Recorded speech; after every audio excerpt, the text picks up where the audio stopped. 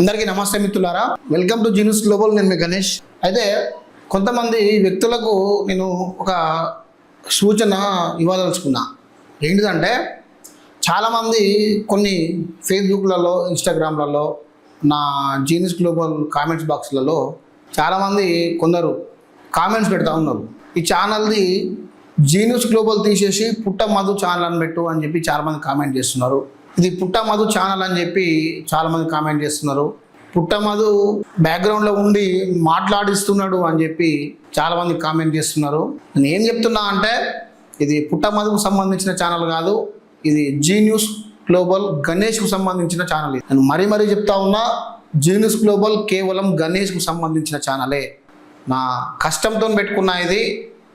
ఇందులో ఎవరిది రూపాయి లేదు, ఎవరు నాకు ఇంతవరకు సాయం కూడా చేసింది లేదు, నేను ఎవరిని దే అని కూడా నేను అడిగింది కూడా లేదు. కాబట్టి ఈ దుష్ప్రచారాన్ని మీరు ఆపితే మంచిదని చెప్పి అనుకుంటున్నా. ఇక ఇంకొకటి ఏంటంటే, ఈ వామన్ రావు దంపతులకు సంబంధించిన హత్య కేసులో చాలా కామెంట్లు పెడుతున్నారు. సో మీ దగ్గర ఏదైనా ఆధారాలు ఉంటే మీరు డైరెక్ట్గా పోయి మీరు కోర్టులో సాక్ష్యం చెప్పండి. ఆధారాలు తీసుకొని పోయి వామన్ రావు దంపతుల హత్య విషయంలో నేను అక్కడ ఐ విట్నెస్గా ఉన్నా, లైవ్లో ఉన్నా, చంపింది వీళ్ళే అని చెప్పి మీ దగ్గర ఆధారాలు ఏమన్నా ఉంటే కోర్టులో పోయి కోర్టులో సాక్ష్యం చెప్పండి. నిందితులకు శిక్ష పడేలా చేయండి. నేను కూడా దాన్ని స్వాగతిస్తా. కానీ మీరు నా కామెంట్ బాక్స్లో చిల్లర కామెంట్లు, నన్ను కించపరిచేలా కామెంట్లు, ఈ ఛానల్ ఎవరిదో అని చెప్పి అలా కామెంట్ పెట్టడాలు సరైంది కాదు. మీకు నేను మళ్ళీ చెప్తా ఉన్నా, ఇది కేవలం జీ న్యూస్ గ్లోబల్ అనే ఛానల్ కేవలం గణేష్ మాత్రమే, పుట్ట మధుకు సంబంధం లేదు. దీన్ని గమనించండి. జర కామెంట్లు కూడా బంద్ చేసే ప్రయత్నం చేయరు. ఇంకోటి ఏంటంటే, బీఆర్ఎస్కి సంబంధించిన వీడియోలు చాలామంది పెడుతున్నావు, కాంగ్రెస్కి పెడతలేవు, బీజేపీ పెడతలేవు అని చెప్పి అంటున్నారు. నేను అందరికీ పెడతా. నేను ఎవరికి శత్రువును కాదు, ఎవరికి మిత్రును కాదు. కేవలం మీడియేటర్గానే, మీడియా పర్పస్గానే ఉంటా. బీఆర్ఎస్ వాళ్ళు ప్రెస్ మీట్ ఉందని చెప్పి స్పెషల్గా మమ్మల్ని ఇన్వైట్ చేస్తున్నారు కాబట్టి పోతున్నాం. కాంగ్రెస్ వాళ్ళు కూడా ఇన్వైట్ చేయండి. స్పెషల్గా మాది రేపు ప్రెస్ మీట్ ఉందని చెప్పి మీరు ఇన్వైట్ చేయండి, మేము కూడా వచ్చి మీ వీడియోలు పెడతాం. బీజేపీ వాళ్ళు కూడా గమనించి మీరు కూడా రేపు ప్రెస్ మీట్ ఉందని చెప్పి మీరు మాకు ఇన్వైట్ చేయండి, మేము కూడా వచ్చి దాని మీద కూడా పెడతాం. ఈ పార్టీకి మేము మిత్రులం, వేరే పార్టీలకు శత్రువులం కాదు.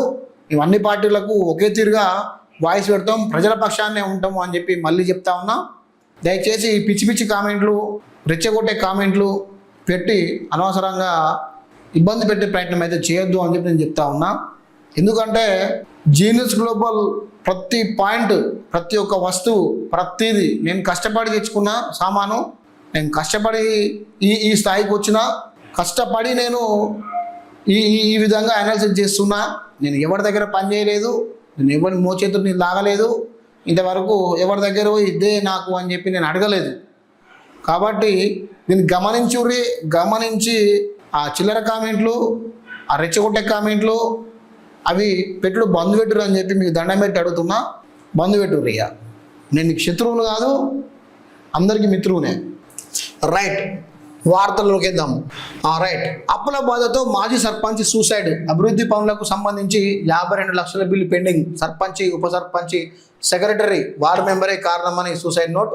సిద్దిపేట జిల్లా హుస్నాబాద్ మండలం హన్మదాపూర్లో ఘటన. పాత బిల్లుకు సంబంధించి 52 లక్షల రూపాయల బిల్లులు పెండింగ్ ఉన్నాయట. ఆ పెండింగ్ ఉండడం వల్ల బిల్లు రాక మనస్తాపం చెందిన మాజీ సర్పంచ్ ఆత్మహత్య చేసుకున్నాడు. ఆ బిల్లులు రాకపోవడానికి కారణం ఏందవరట అంటే, సర్పంచ్ అట, ఇప్పుడున్న సర్పంచి, ఇప్పుడున్న ఉప సర్పంచి, ఇప్పుడున్న సెక్రటరీ, ఇప్పుడున్న వార్డు మెంబరు, వీళ్ళందరూ కలిసి ఆయనకు బిల్లులు రాకుండా ఆపేసిర్రట.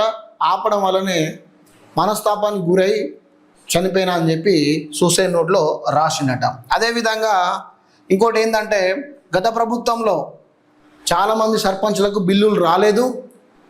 చాలామందికి వేరే దగ్గర అప్పులు తీసుకొచ్చి అభివృద్ధి కార్యక్రమాలలో పెట్టిర్రు. అవి ఇంట్రెస్టులు కట్టలేకనే నరకయాతన పడుతున్నారు.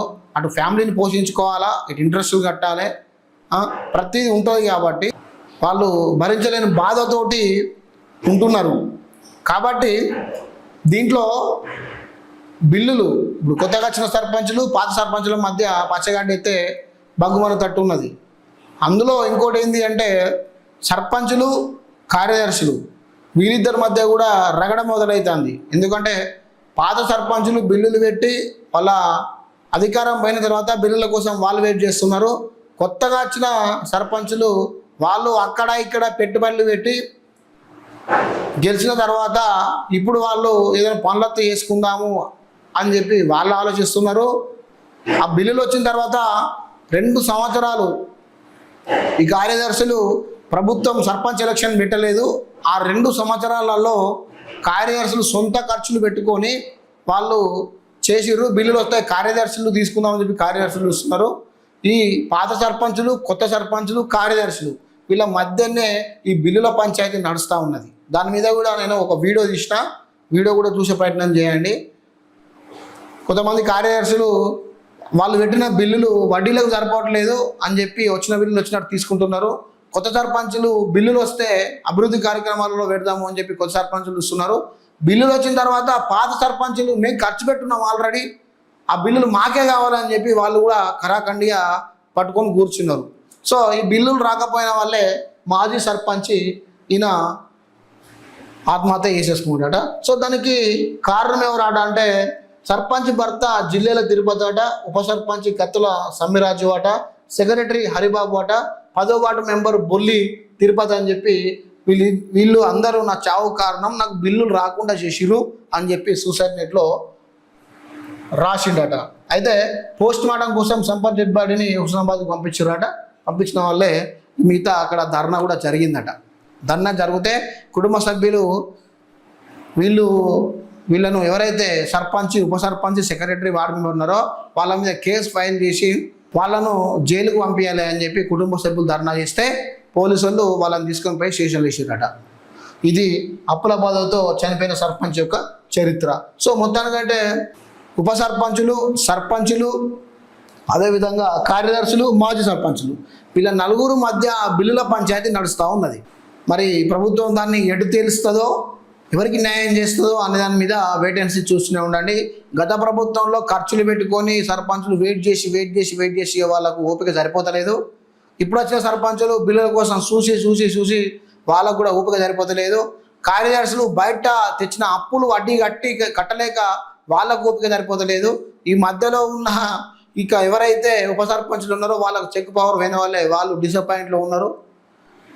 కాబట్టి బిల్లుల పంచాయతీ రాజకీయ రణరంగా మారింది తెలంగాణలో. రానున్న రోజుల్లో ఏ విధంగా ఉండిపోతుందో ఇక తెలియని పరిస్థితుల్లో ఉన్నది. ఇంకోటి ఏంటంటే ఎంపీటీసీ జడ్పీటీసీ ఎలక్షన్ కూడా దాని మీద ప్రభుత్వం ఏం ఆలోచించట్లేదు. ఎంపీటీసీ జడ్పీటీసీ ఎలక్షన్ అసలు పెట్టరా అనేది కూడా తెలుస్తలేదు. అసలు ప్రజలు కూడా దాన్ని మర్చిపోయారు.